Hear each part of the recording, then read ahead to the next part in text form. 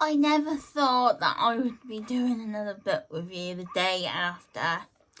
So I started this book yesterday and I finished last night and I just couldn't put it down. Like, I did some writing and then I went back to the book. Like, this is amazing. Like,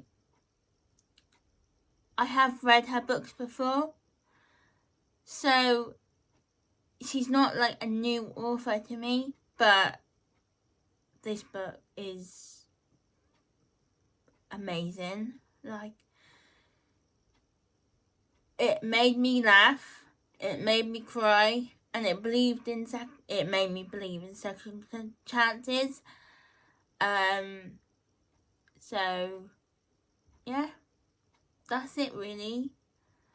And it's the third installment of the Hopeless series.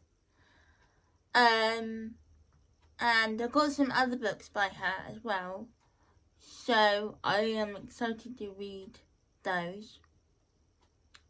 But yeah, that is my review on this book, and I can't believe I'm on number book 13 now, and that's crazy.